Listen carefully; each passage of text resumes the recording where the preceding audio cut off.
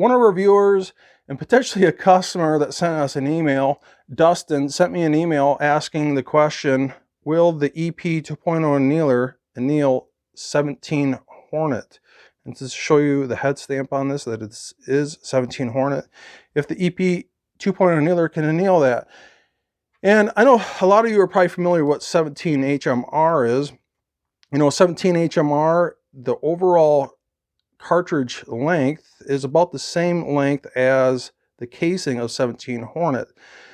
And what's nice about this in relationship to 17 HMR, obviously 17 HMR is a rim fire, very difficult to reload. If really, in my opinion, I wouldn't reload it at all, maybe in today's world, and people do reload 17 HMR. But what's nice about this 17 Hornet, and just to show you the casing length is a little over 1.25 inches, is it has a primer, and a primer that you can pop out, and it's center fire, and you can reload this, resize it. But when it comes to annealing it, it's pretty difficult for a few reasons.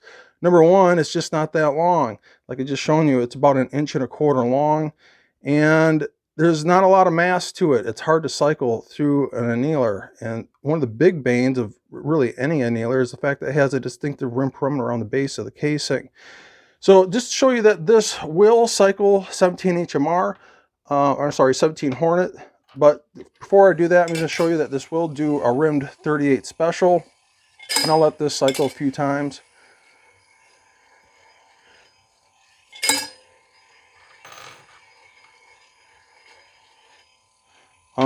Just to show you that this will do the 17 Hornet. I'm going to let this cycle a few times because it seems like we're getting this email sent to EP Integrations all the time. Will it do 17 Hornet? I say damn near on a monthly basis because a lot of these guys are reloading this and are having a heck of a time finding an annealer that will cycle it. And I'm just going to pop you out here. I'll try my best to do this while this is running, but to show you that it's definitely sticking out far enough to get annealed. The body of the brass and the neck is definitely past the drum far enough to be annealed. And just to show you how smooth and consistent this runs, I'll show you on the front side here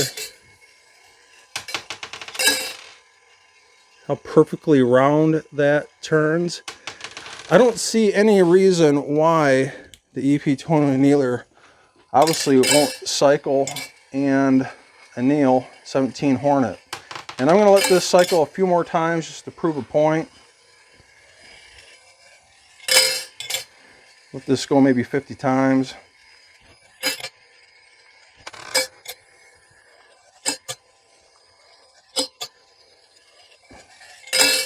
And I'm going to pick up all of these. I'll let all these cycle through just to show you that this will cycle no problem.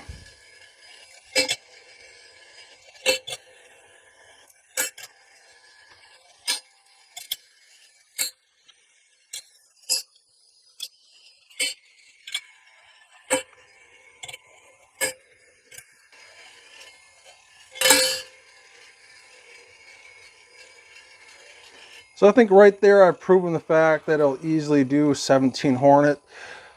Just shown 38 special, which is also a rim casing, and obviously what's awesome about the EP2.0 annealer is its adjustability. Let me go from 38 special, 17 Hornet down to 223. I'll adjust this in a little bit more here. So just to show you how fast and easy this is to go from cartridge to cartridge.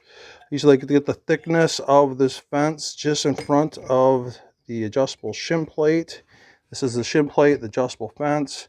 And just like that, we are on to 223 or 556. So I'll let that cycle a few times.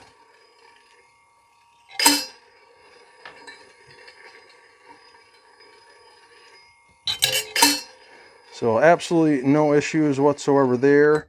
And let me transition over to 308. It's probably be around there somewhere. About right there.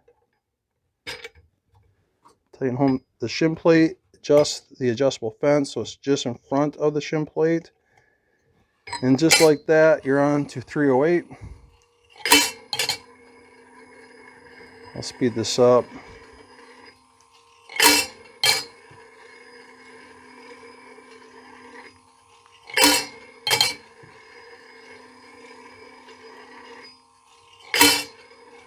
And once again, moving down the line here, I got 30-30 that also has a distinct rim perimeter around the base of the casing.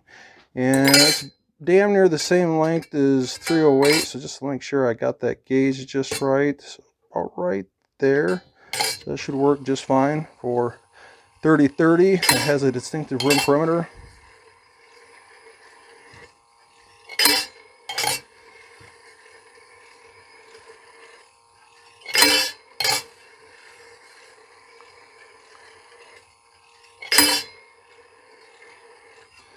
And then let's move on to something big like 375 shy tack.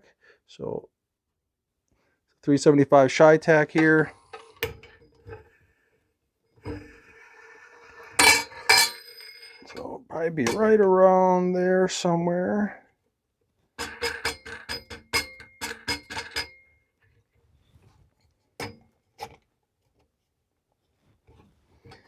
Just like that, we're doing 375 shy tack.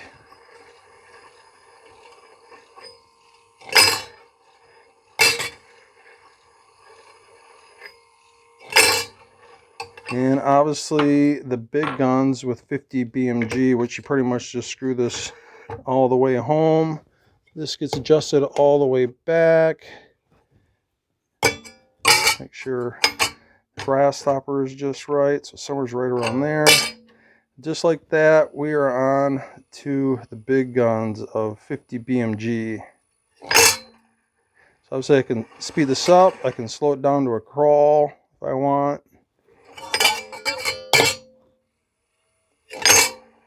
Slow it down to a crawl, slower than you'll ever need it to be, or I can speed it right up.